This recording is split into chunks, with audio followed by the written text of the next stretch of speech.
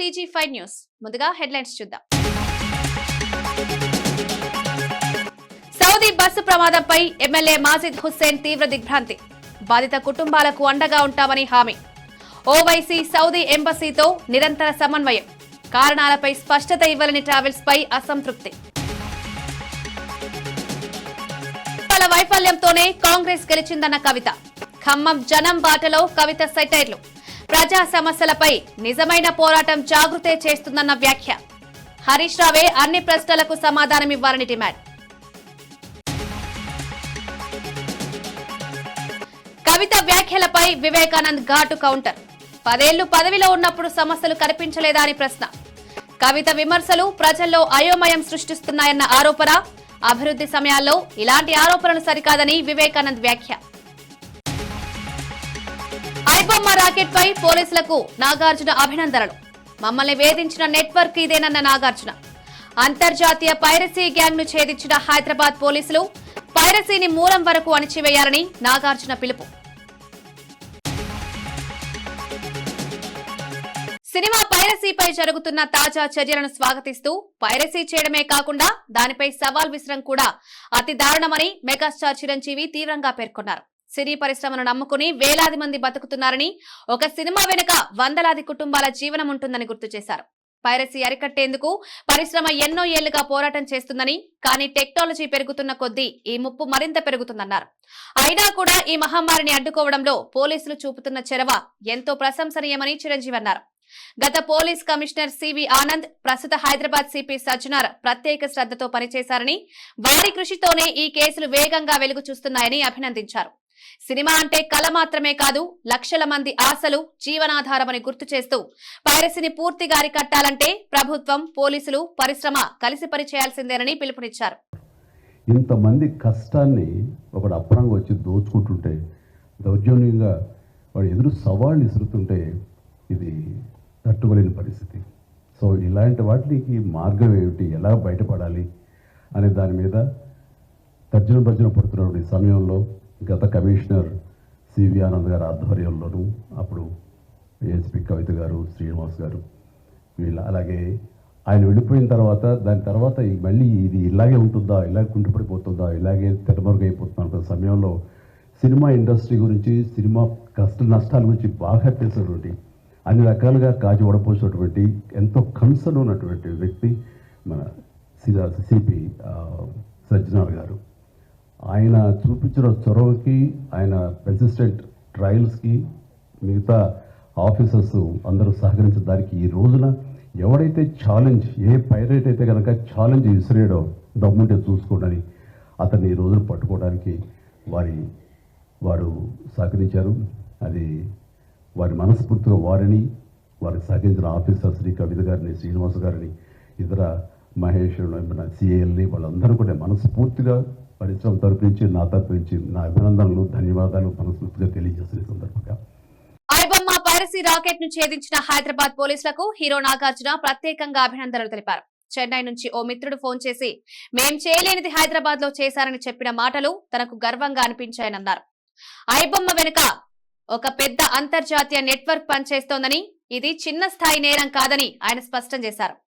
ఆ రాకెట్ పన్నాగాల వల్ల 6 నెలల క్రితం మా కుటుంబ సభ్యులు కూడా డిజిటల్ గా 2 రోజులు అవస్థలు పడ్డారని ఆయన ఆవేదన వ్యక్తం చేశారు.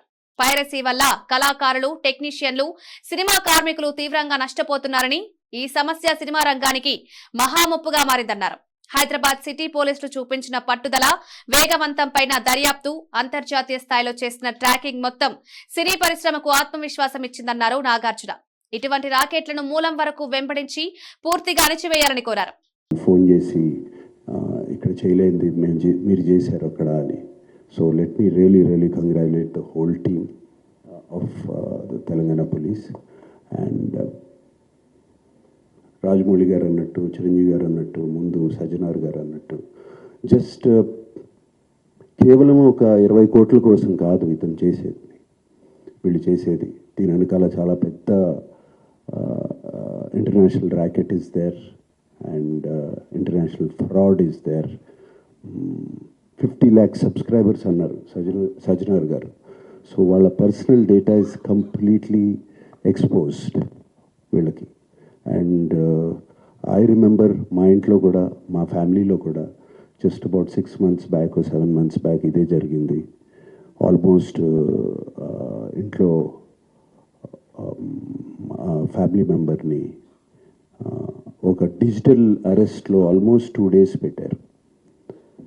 ఇదే సేమ్ ఒక ఆర్గనైజేషన్ ఇస్ డన్ సో, వాళ్ళు ట్రాక్ చేస్తారు, వీక్నెస్ చూసుకుంటారు, ఎలా పట్టుకోవాలి, వీళ్ళని ఎలా చేయాలి అని చేసి, and they have all the details, credit card account details, everything. And కేవలం మనం తెలియకుండా ఏదో ఒక వెబ్సైట్ ఏదో దొరికింది, ఇది ఇంట్రెస్టింగ్గా ఉందని చెప్పి వెళతాం. ఇది సినిమాలు చూపించడం అనేది it is a big trap.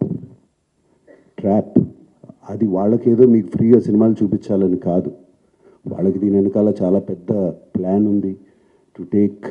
To make thousands of crores. This 20 crores అన్న సజ్జనార్ గారు అన్నది is a very small amount వాళ్ళకి. అండ్ 3 కోట్లు దొరికిందన్నారు, నాకు తెలిసి వాళ్ళకి జస్ట్ చేంజ్ అది. సో అండ్ నేను ఇంట్లో అప్పుడు మా family member had to approach the police. నాకు ఇలా జరుగుతుంది అంటే ఇమీడియట్గా when police came on line వచ్చినగానే వాళ్ళు 1 సెకండ్లో మాయమైపోయారు. వాళ్ళని ట్రేస్ చేయడం కూడా కుదరలేదు తర్వాత, అంత పకడ్బందీగా ఉన్నారు. సో ఇలా ఫ్రీగా, నథింగ్ ఈజ్ ఫ్రీ, రాజమౌళి గారు అన్నట్టు nothing is free. And piracy is illegal, Sajjanar గారు అన్నట్టు.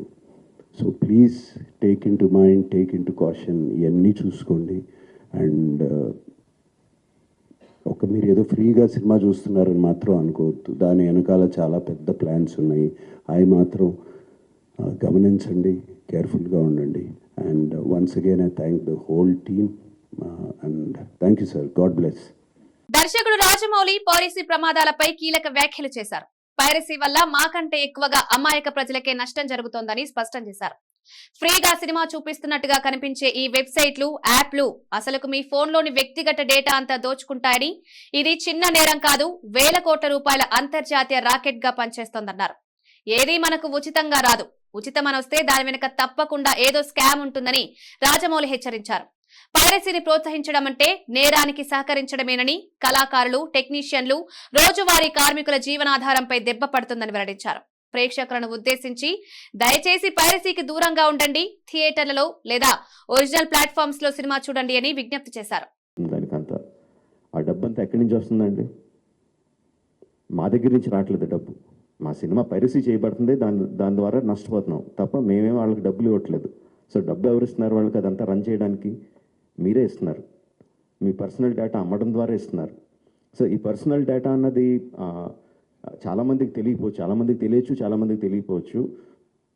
సింపుల్ థింగ్, మీ పేరు, మీ ఫోన్ నెంబరు, ఆర్ మీ పేరు, మీ ఆధార్ కార్డ్ నెంబరు, ఆర్ మీ పేరు, ఆర్ మీ ఈమెయిల్ ఐడి, ఈ మాత్రం ఇన్ఫర్మేషన్ ఉంటే చాలండి సైబర్ క్రైమ్ కమిట్ చేయడానికి. అంటే ఒక రకం కాదు, అది కొన్ని వందల వేల రకాలుగా వాళ్ళు మీ ఇన్ఫర్మేషన్ని క్రిమినల్స్కి అమ్ముతున్నారు. మీ దగ్గర నుంచి మీరు తీసుకోవడానికి జస్ట్ మీ పేరు, ఫోన్ నెంబర్ ఎంటర్ చేస్తే సరిపోద్ది అనుకుంటున్నారు. బట్ ఆ ఇన్ఫర్మేషన్ని వాళ్ళు క్రిమినల్స్కి అమ్ముతున్నారు. ఆ క్రిమినల్స్ చేసే సైబర్ క్రైమ్స్ దాని మూలంగా ఎఫెక్ట్ అయినాయి. ఎన్నో రకాలుగా వీడియోస్లో చూపిస్తున్నాం. జస్ట్ డబ్బులు పోవడం కాదు, ప్రాణాలు పోయే వరకు వెళ్తుంది. సో ప్లీజ్ అండర్స్టాండ్, మాకన్నా కూడా మీరు ఎక్కువ లూజ్ అవుతున్నారు ఈ పైరసీ చేయడం మూలంగా. Please don't get affected. Every one has a choice.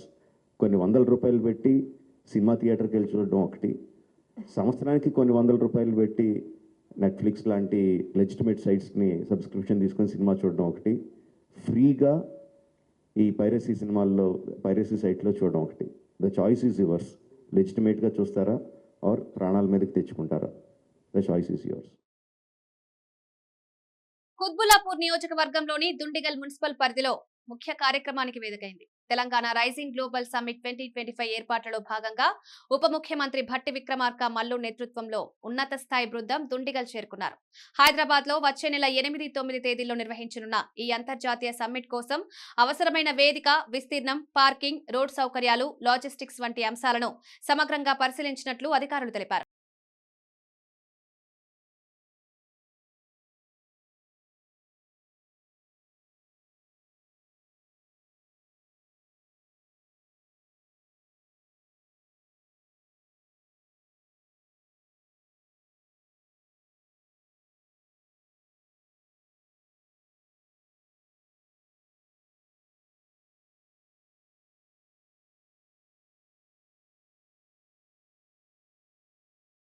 దేశంలో ఓటు చోరీ ఎలా జరుగుతుందో రాహుల్ గాంధీ స్పష్టమైన ఆధారాలతో నిరూపించారని మంత్రి పొన్నం ప్రభాకర్ తెలిపారు. ఓటింగ్ వ్యవస్థను దెబ్బతీసే ప్రయత్నాలు దేశ ప్రజాస్వామ్యానికి ప్రమాదమని, దీనిపై ప్రజల్లో విస్తృతమైన అవగాహన కల్పించడం తెలంగాణ ప్రభుత్వ ధ్యేయమన్నారు. హైదరాబాద్ లో మీడియాతో మాట్లాడిన మంత్రి పొన్నం, కేంద్రంలో అధికారంలోకి రావాలనే కోరికతో బీజేపీ అక్రమ మార్గాలను ఎంచుకుంటోందని ఆరోపించారు. అధికారంలో ఉన్న భారతీయ జనతా పార్టీ ఎన్నికల కమిషన్ను తమ అనుబంధ సంస్థగా, జేబు సంస్థగా మార్చుకొని ఈరోజు దేశవ్యాప్తంగా ఓటు చోరీ ఏ విధంగా అప్రజాస్వామికంగా పాల్పడుతుందో అనేక సందర్భాల్లో అనేక రాష్ట్రాల్లో రాహుల్ గాంధీ గారు ఆధారాలతో నిరూపించినారు. అయినప్పటికీ కూడా దున్నపోతు మీద వానబడినట్టుగా భారతీయ జనతా పార్టీకి సంబంధించి నాయకత్వం ప్రజాస్వామ్యాన్ని కాపాడాలనేటువంటి ఆలోచన వైపు కూడా చూడకుండా ఎంతసేపు అధికారంలోకి రావడానికి వీలున్నన్ని అక్రమ మార్గాలను తొక్కుతూ ప్రజాస్వామ్యాన్ని కూని చేస్తూ ఓటర్లకు సంబంధించినటువంటి అనేకమైనటువంటి తొలగింపులకు లేదా ఇతరత్ర అక్రమాలకు పాల్పడుతున్నటువంటి పరిస్థితి చూస్తా ఉన్నాం. తెలంగాణ రాష్ట్రంలో ఇచ్చేటువంటి ఓటు చోరీ వ్యతిరేకంగా ప్రజలకు అవగాహన కల్పించడం కానీ, ప్రభుత్వ విధానాలను ఊరూరికి తీసుకుపోవడానికి సంబంధించి కానీ మన బాధ్యతగా మన కార్యక్రమం నిర్వహించాలని సందర్భంగా కోరుతూ మరొకసారి మీ అందరికీ ఇటు ఓటు చోరీ కార్యక్రమంలో పాల్పంచుకుంటున్న అందరికీ కూడా అభినందనలు. కుత్బుల్లాపూర్ ఎమ్మెల్యే కేపీ వివేకానంద్ తెలంగాణ జాగృతి అధ్యక్షురాలు కవితపై తీవ్ర వ్యాఖ్యలు చేశారు. గత 10 సంవత్సరాలుగా కవిత ఎంపీగా, ఎమ్మెల్సీగా పదవులు అనుభవించినప్పుడు కనిపించని సమస్యలు ఇప్పుడెందుకు కనిపిస్తున్నాయని ప్రశ్నించారు. తెలంగాణ భవన్ లో మీడియాతో మాట్లాడుతూ ఆమె చేస్తున్న విమర్శల వెనుక ఉద్దేశం ఏంటో స్పష్టంగా చెప్పాలని డిమాండ్ చేశారు. ఎవరిని సంతోషపరచడానికి, ఎవరికి ప్రయోజనం చేకూర్చడానికి, ఏ పార్టీకి లాభం కలిగించడానికి ఈ వ్యాఖ్యలు చేస్తున్నారో ప్రజలు తెలుసుకోవాలన్నారు. కవిత వ్యాఖ్యలు తెలంగాణ ప్రజల్లో అయోమయం సృష్టించే విధంగా ఉన్నాయని, రాజకీయ ప్రయోజనాల కోసం మాత్రమే చేస్తున్న విమర్శలని విమర్శించారు. వివేకానంద్ మాట్లాడుతూ రాష్ట్ర అభివృద్ధికి ముఖ్యమంత్రి రేవంత్ రెడ్డి ప్రభుత్వం కృషి చేస్తున్న ఈ సమయంలో ఇలాంటి ఆరోపణలు చేయడం సరికాదని సూచించారు. 1 కాదు 2 కాదు, రాష్ట్రం ఇంకా 2 సంవత్సరాల పాలన కూడా పూర్తి కాలేదు. రేపో మాపో ఎప్పుడో సంబరాలు చేసుకోవడానికి కూడా ఆడిటోరియంలు వెతుక్కుంటున్నారు. కానీ 2 సంవత్సరాల పూర్తి కాకముందే ఎన్ని కాంట్రాక్టులో చూడండి. New college of veterinary science at Kodangal 145 కోట్ల కాంట్రాక్టు కేఎల్ఎస్ఆర్ ఇన్ఫ్రాటెక్కి.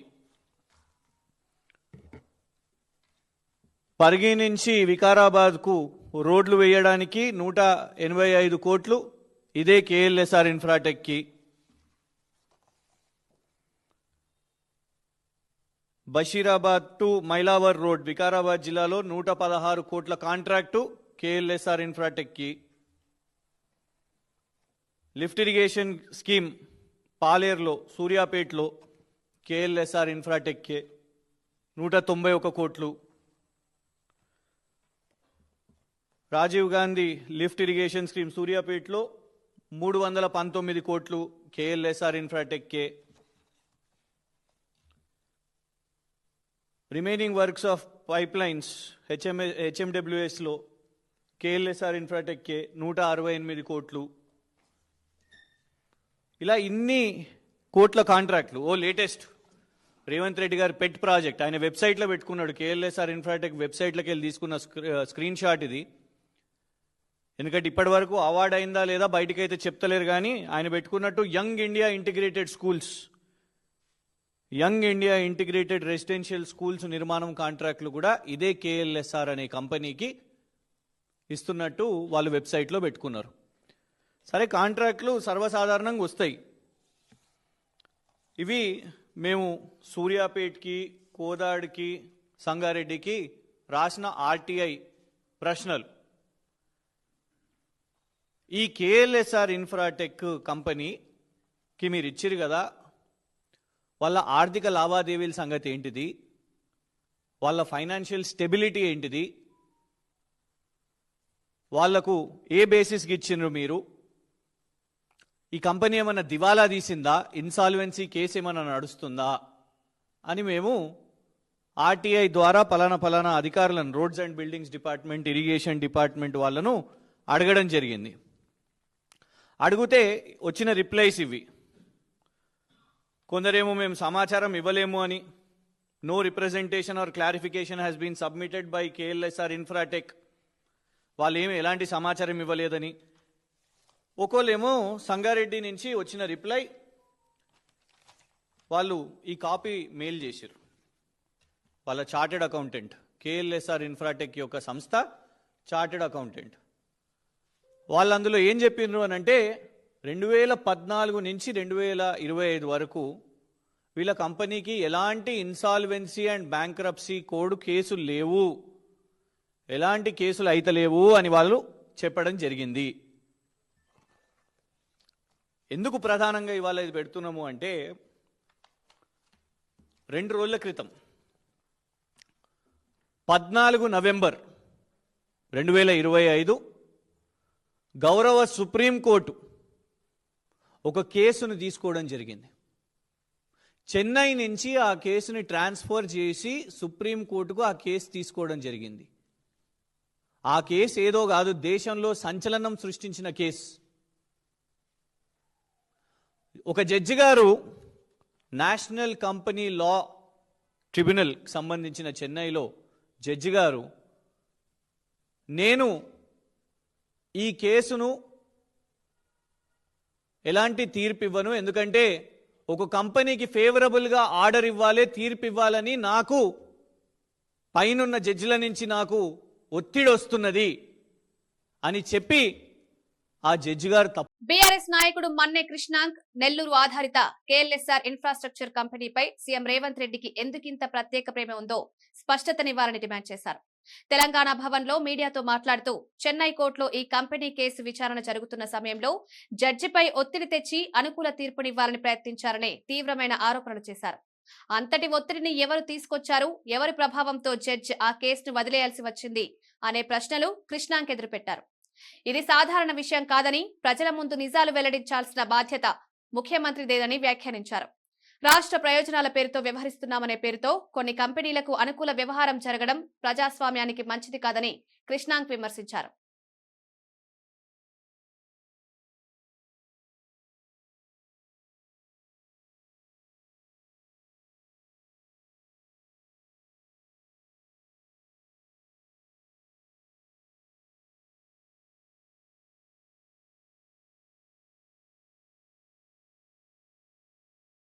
సౌదీ అరేబియాలో జరిగిన ఘోర బస్సు ప్రమాదంపై హైదరాబాద్ సిపి సజ్జనార్ తాజా అప్డేట్ ఇచ్చారు. ఈ నెల 9న మొత్తం 54 మంది మక్కాకు యాత్రకు వెళ్లినట్లు తెలిపారు. వారిలో 4 మక్కాలోనే ఉండగా మరో 4 కారులో మదీనాకు చేరుకున్నారని చెప్పారు.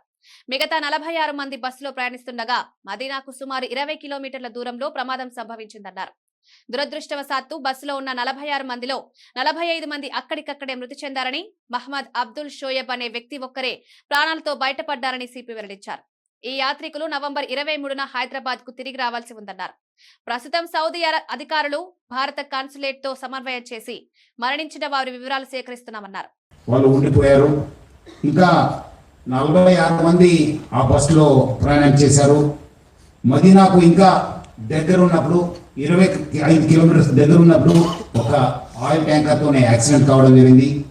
దాంట్లో నేను అంతకుముందు చెప్పినట్లు మొహమ్మద్ అబ్దుల్ షోయబ్ అనేవాడే ఒక సర్వైవర్ ఉన్నారు. ఆమె ఐసీయూలో, సౌదీ జర్మన్ హాస్పిటల్లో ఐసీయూలో ట్రీట్మెంట్ జరుగుతుంది. ఇంకా 45 మంది చనిపోయారని చెప్పి మనకు ఇప్పుడే తెలుస్తుంది. వాళ్ళు లోకల్ హాస్పిటల్కి షిఫ్ట్ చేశారని చెప్పి తెలిసింది. వాళ్ళందరూ కూడా పోయిన వాళ్ళు 23కు వాళ్ళు రిటర్న్ టికెట్ ఉండింది జడ్డా నుంచి హైదరాబాద్కు. ఇంకా ఎవరెవరు ఏమేమో ఎక్కడి నుంచి అనేది మనము ఆ ఒక సమాచారాన్ని రాష్ట్ర ప్రభుత్వము, హైదరాబాద్ పోలీస్ కూడా కలెక్ట్ చేయడం జరుగుతుంది. సౌదీ అరేబియాలో చోటు చేసుకున్న తీవ్ర ప్రమాదంపై నాంపల్లి ఎమ్మెల్యే మాజిద్ హుస్సేన్ తీవ్ర దిగ్భ్రాంతి వ్యక్తం చేశారు. ఈ ఘటనలో ప్రాణాలు కోల్పోయిన యాత్రికుల కుటుంబాలకు తన ప్రగాఢ సానుభూతిని తెలిపారు. ప్రమాదం జరిగిన వెంటనే అసదుద్దీన్ ఓవైసీ సౌదీ ఎంబసీతో నిరంతరంగా సంప్రదింపులు కొనసాగిస్తున్నారని వెల్లడించారు.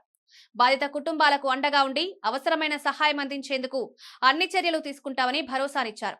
టూర్స్ అండ్ ట్రావెల్స్ నిర్వాహకులు ప్రమాదం ఎలా జరిగింది అనే విషయంలో స్పష్టత ఇవ్వలేకపోతున్నారన్నారు. దీనిపై పూర్తి వివరాలు సేకరించేందుకు అధికారులతో కలిసి పనిచేస్తున్నామన్నారు. బాధితుల వివరాలు, సహాయక చర్యలు, మృతదేహాల రవాణాపై త్వరలో స్పష్టమైన సమాచారం అందిస్తామని హామీ ఇచ్చారు. इंडियन कॉन्सुलेट से वहाँ पे राब्ता किया है और हम पूरी कोशिश कर रहे हैं कि हमें और एग्जैक्ट नंबर्स और क्या उनके लिए हो सकता है उसकी पूरी कार्रवाई हम कर सकें।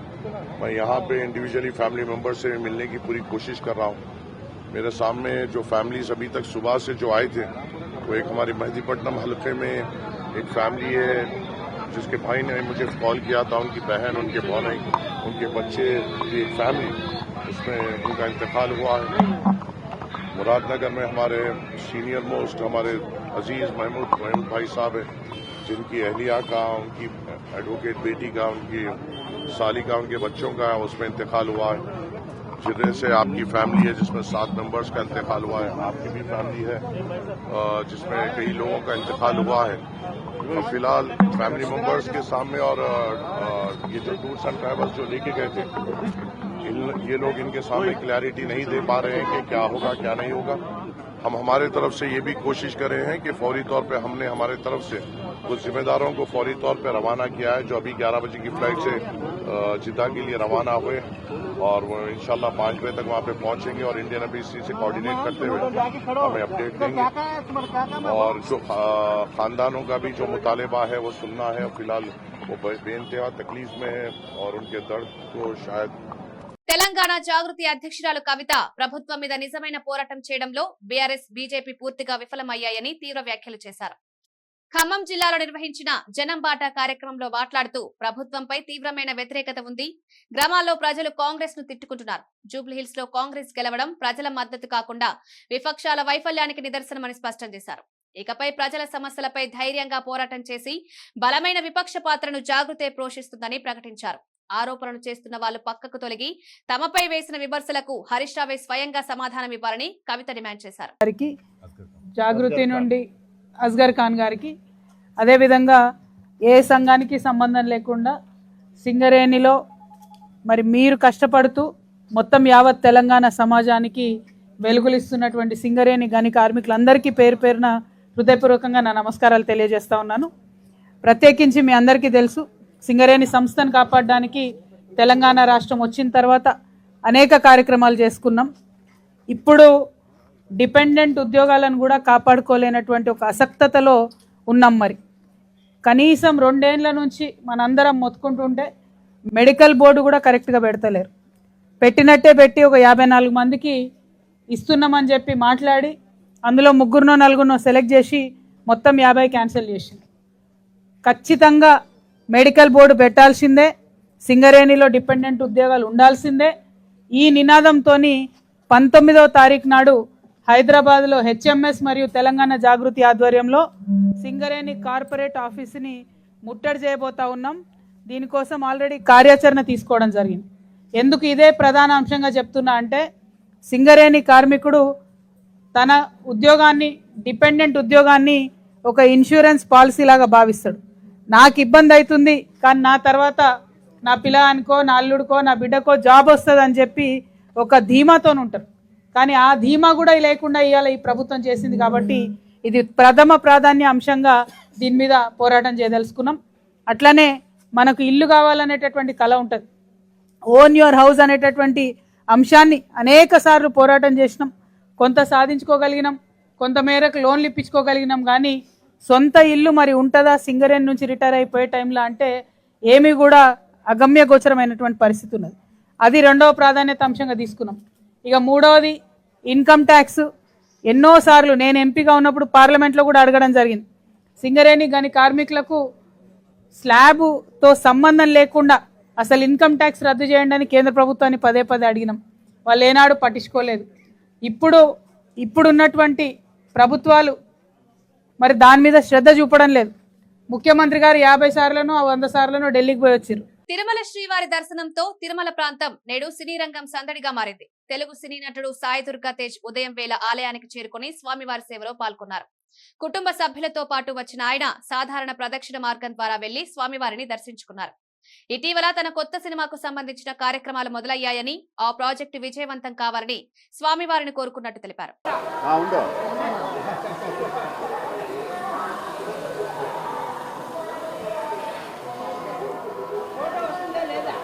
ఫోటో వస్తుంది, మీకు లేట్గా వస్తుంది.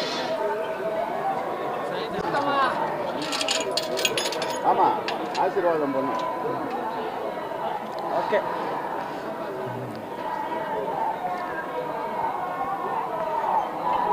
చూసి కింద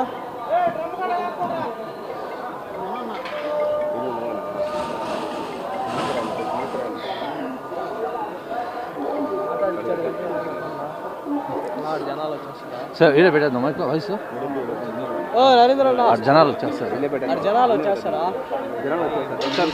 అవన్నీ అడగకూడదు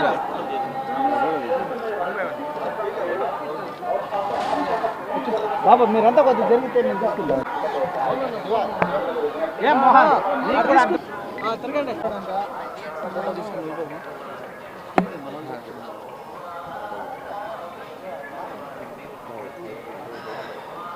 లేదు ఏం లేదండి, స్వామివారికి థ్యాంక్స్ చెప్తాను వచ్చానండి. ఆయన నాకు మంచి సినిమాలు ఇచ్చారు, మంచి లైఫ్ ఇచ్చారు. సో ఆయనకి థ్యాంక్స్ చెప్పుకుందాం వచ్చాను. ఆయనకి కృతజ్ఞతలు చెప్పుకొని మళ్ళీ మాకు మంచి జీవితం రావాలి అండ్ అలాగే కొత్త సంవత్సరం వస్తుంది. సో ఆయనకి బ్లెస్సింగ్స్ తీసుకుందాం వచ్చానండి. Thank you. నెక్స్ట్ ఇయర్ సంబర్లో ఏటి గట్టిన సినిమా వస్తుందండి. దాంతో నెక్స్ట్ ఇయర్ ఉంటుంది కదండి. అదే నెక్స్ట్ ఇయర్ ఉంటుందండి. Next year. వార్తలు ముగించే ముందు ముఖ్యాంశాలు మరోసారి. సౌదీ బస్సు ప్రమాదంపై ఎమ్మెల్యే మాజిద్ హుస్సేన్ తీవ్ర దిగ్భ్రాంతి. బాధిత కుటుంబాలకు అండగా ఉంటామని హామీ. ఓవైసీ సౌదీ ఎంబసీతో నిరంతర సమన్వయం. కారణాలపై స్పష్టత ఇవ్వలేని ట్రావెల్స్ పై అసంతృప్తి. వైఫల్యంతోనే కాంగ్రెస్ గెలిచిందన్న కవిత. ఖమ్మం జనం బాటలో కవిత సెటైర్లు. ప్రజా సమస్యలపై నిజమైన పోరాటం జాగృతే చేస్తుందన్న వ్యాఖ్య. హరీష్ రావే అన్ని ప్రశ్నలకు సమాధానమివ్వాలని డిమాండ్. కవిత వ్యాఖ్యలపై వివేకానంద్ ఘాటు కౌంటర్. 10 ఏళ్లు పదవిలో ఉన్నప్పుడు సమస్యలు కనిపించలేదా అని ప్రశ్న. కవిత విమర్శలు ప్రజల్లో అయోమయం సృష్టిస్తున్నాయన్న ఆరోపణ. అభివృద్ధి సమయాల్లో ఇలాంటి ఆరోపణలు సరికాదని వివేకానంద్ వ్యాఖ్య. ఐబొమ్మ రాకెట్ పై పోలీసులకు నాగార్జున అభినందనలు. మమ్మల్ని వేధించిన నెట్వర్క్ ఇదేనన్న నాగార్జున. అంతర్జాతీయ పైరసీ గ్యాంగ్ ను ఛేదించిన హైదరాబాద్ పోలీసులు. పైరసీని మూలం వరకు అణిచివేయాలని నాగార్జున పిలుపు. ఇవి ఈనాటి వార్తా విశేషాలు. మరో బులెటిన్ లో మళ్ళీ కలుద్దాం. నమస్కారం.